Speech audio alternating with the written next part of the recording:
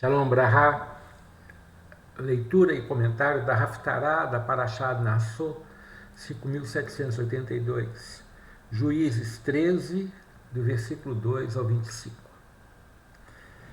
Havia um homem em Sorá, da linhagem dos Danitas, cujo nome era Manoar, e sua mulher era estéril e não tinha filhos. E apareceu o anjo do Eterno à mulher e disse-lhe: Eis que és estéril e não tens tido filhos, mas conceberás e darás à luz um filho.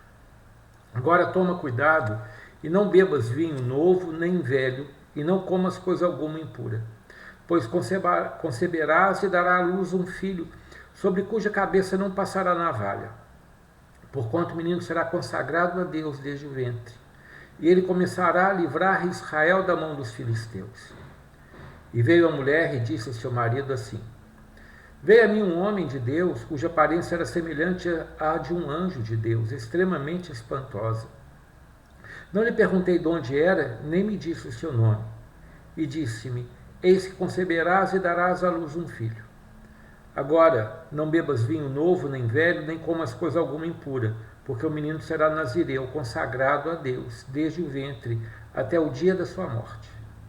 Então suplicou Manoa ao Eterno e disse: Peço-te, Eterno, que o homem de Deus que enviaste venha ter conosco outra vez e nos ensine o que devemos fazer ao menino que há de nascer.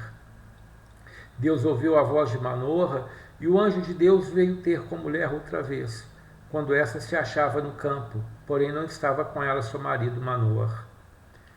Apressou-se a mulher e, correndo, deu notícia disso ao marido e disse-lhe: Eis que me apareceu o homem que veio ter comigo naquele dia. Levantou-se Manoa e foi após a sua mulher, e tendo chegado ao homem, perguntou-lhe: És tu o homem que falaste a essa mulher? E ele respondeu: Eu sou. Então disse Manoa: Agora eu sei que tuas palavras hão de se cumprir. Dize-me como se há de criar o menino, o que lhe devemos fazer. E disse o anjo eterno a Manoa: Guarde-se a mulher de tudo quanto eu lhe disse. De tudo quanto proceda da vinha não comerás, nem vinho novo, nem velho beberá, nem coisa alguma impura comerá. Tudo quanto lhe tem ordenado guardará. E Manoa disse ao anjo do Eterno: Permite-nos deter-te e te prepararemos um cabrito. Disse o anjo do Eterno a Manoa: Ainda que me detenhas, não comereis do teu pão.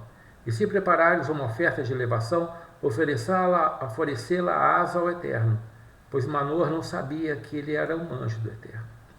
E disse Manoa ao anjo do Eterno: Qual é o teu nome, para que quando se cumprir a tua palavra te honremos? E disse o anjo do Eterno: Por que perguntas pelo meu nome? Ele é oculto. Tomou Manoa o cabrito, a oblação, e os ofereceu como oferta de elevação sobre a rocha ao Eterno. E o anjo do Eterno fez maravilhas, fazendo sair fogo da rocha. E Manoa e sua mulher estavam observando. Ao subir a chama de sobre o altar para o céu, subiu nela o anjo do Eterno, o que vendo Manoa e sua mulher, caíram com o rosto em terra. E o anjo do Eterno não tornou a aparecer a Manoa nem a sua mulher. Então soube Manoa que ele era um anjo do Eterno. Manoa disse a sua mulher: Certamente morreremos porque vimos a Deus. Mas sua mulher lhe disse: Se o Eterno nos quisesse matar, ele nos teria recebido das nossas mãos ofertas de elevação e oblação, nem nos teria mostrado todas estas coisas. E se devêssemos morrer agora, mas não deveríamos ter anunciado a boa nova. E deu a mulher à luz um filho, e ela lhe chamou Shimshon, Sansão. E o menino cresceu, e o Eterno abençoou-o.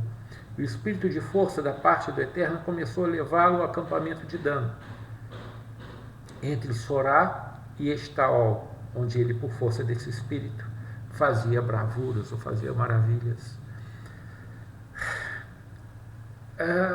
Se você não conhece a história de Sansão, eu te recomendo a ler o capítulo 13 em diante do livro de Juízes, porque você vai ver algo que nós falamos na Parashá hoje, sobre essa questão da confiança em Deus.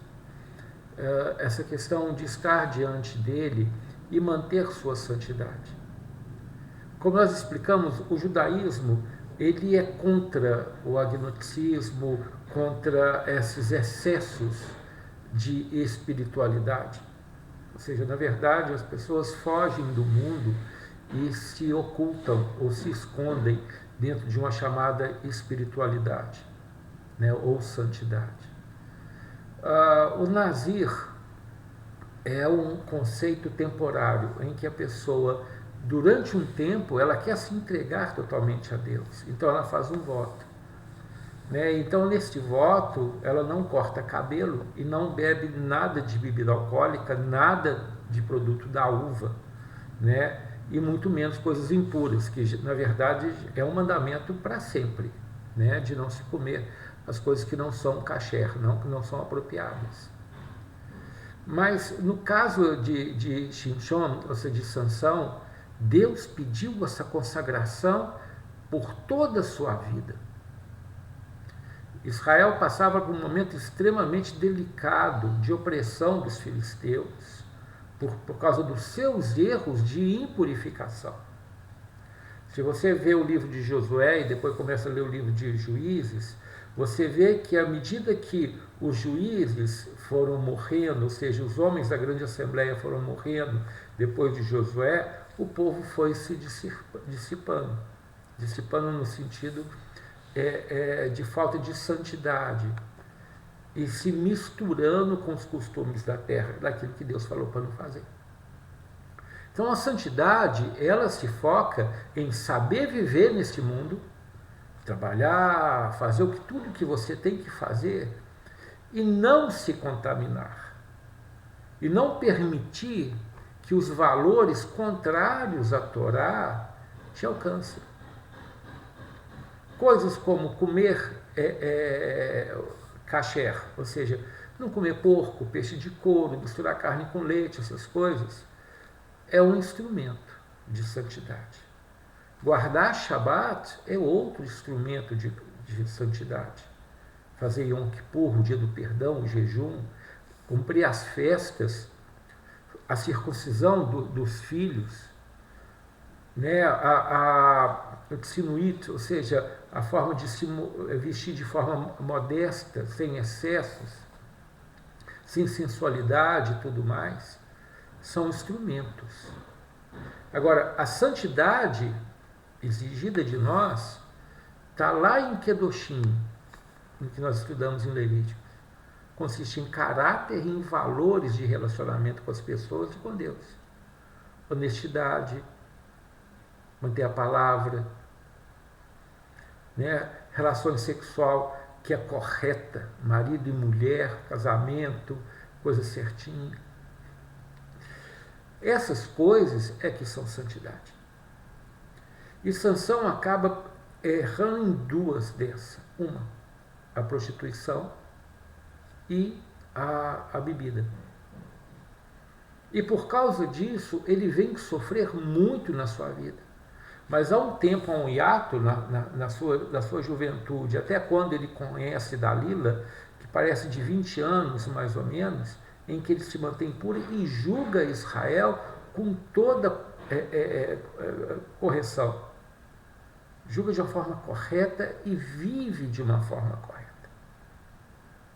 Até ele se casar com essa cortesã filisteia. Porque ele era uma pessoa extremamente temida pelos filisteus. Porque quando você tem uma posição com Deus correta, quando você tem uma vida santa nesses padrões de Torá, e não nesses padrões de virar um ermitão, uma pessoa fora do mundo, você é temido. Se você tem uma vida correta, você não tem que dever nada a ninguém, é muito difícil. Mas se você consegue levar sua vida dessa forma, você é temido. E é buscado para conselho, para orientação. Quando você tira sua vida daquilo que te atrapalha, daquilo que te corrompe, a tendência é sempre as coisas darem certo. Uma coisa que eu já falei várias vezes é que Deus se oculta nesse nível espiritual que nós vivemos. Na verdade, não existe mundo material. Tudo é espírito, tudo. Só que existem os níveis em que Deus se oculta mais e outros menos. Esse que nós vivemos é o que ele se oculta mais, que é o nível de aciar, nível da ação. Então as coisas aqui importam é a ação. A teoria é a base para que a ação se delinee. O nome de Deus para esse mundo é Elohim. Né? É um nome até que, se você fosse traduzir, seriam deuses ou deusas. Né? Mas o correto seriam deuses.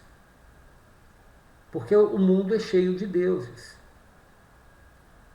E a palavra natureza, Hateva, tem a mesma gimátria, ou seja, mesmo valor numérico das letras do nome Elohim. Então isso quer dizer que Deus se oculta na natureza. Como se fala, Deus é tudo em todos. Ele é tudo em tudo. Então a presença de Deus está oculta em tudo. Então isso tem que nos levar a temer. Tudo que a gente faz tem que ter um propósito. Não é muito bonito no hebraico, eles falam Bishena Shammai, ou seja, em nome dos céus. Mas não é aquele negócio, eu vou fazer isso para o meu Deus, porque eu amo Deus. Não. Você é honesto para poder elevar esse mundo a um nível espiritual mais alto. Você é fiel. Quando você é fiel, você faz com que o que está perto de você se eleve. Como você é correto, quando você é verdadeiro, verdadeira, quando você tem a sua prática íntima com o seu cônjuge de uma forma correta, verdadeira, isso tudo eleva esse mundo nosso e faz com que a vontade de Deus seja feita aqui e assim a sua vontade é estabelecida também. A posição de Manoah mostra bem a ignorância da pessoa. Porque ela vive pelas aparências, ela vive pelos temores e não pelo conhecimento. A ponto da mulher dele falou assim, olha, acorda, se Deus quisesse nos matar, ele não aceitaria nenhum sacrifício e nem ia falar para a gente criar um menino desse jeito. Muitas pessoas ficam perdidas num esoterismo, seja ele judaico, seja ele cristão, sabe, com medo das coisas espirituais acontecerem. Vive caçando anjo, vive caçando profecia, vive caçando movimentos, quando na verdade a verdadeira espiritualidade são as ações corretas, né? As Gemilut Hassidim, ou seja, as atitudes de bondade que a gente faz com o próximo e com nós mesmos, e com o meio em que a gente habita. Assim, uma pessoa que foi colocada como um exemplo e mostrou como exemplo que o homem é falho, o homem não consegue manter essa pseudo-consagração a vida inteira, porque ele não foi feito para isso. Você foi feito para habitar nesse mundo e fazer desse mundo um lugar melhor. Por isso que os 2 mandamentos que resumem toda a Torá é ama a Deus acima de todas as coisas e teu próximo como a ti mesmo. Ponto. Isso é que nós devemos buscar. Essa santidade de ação, de fazer as coisas certas, corretas, é que nos leva a um mundo espiritual mais elevado. Muito mais do que ficar buscando coisas ocultas, coisas que parecem ser de outro mundo, quando na verdade são enganos e os excessos sempre nos derrubam. Que o eterno Deus te abençoe, e te guarde, te dê sabedoria, te dê entendimento para poder andar com Ele dentro da sua Torá, assim fazer sua vida muito, muito melhor do que ela já é. Shalom Braha.